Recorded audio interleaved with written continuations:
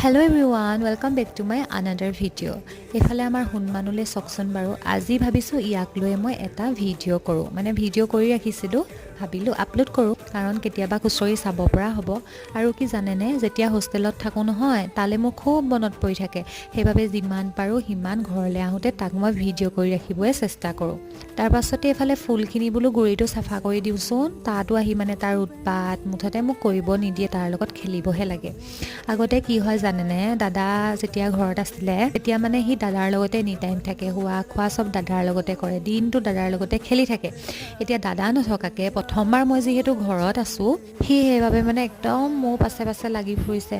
ফুলখিনিৰ এটা সাইডে আপোনালোকক দেখুৱাইছো কেনেকুৱা লাগিছে কমেন্ট এটা কৰিবচোন এইফালে খুৰীহতে কাম কৰি আছে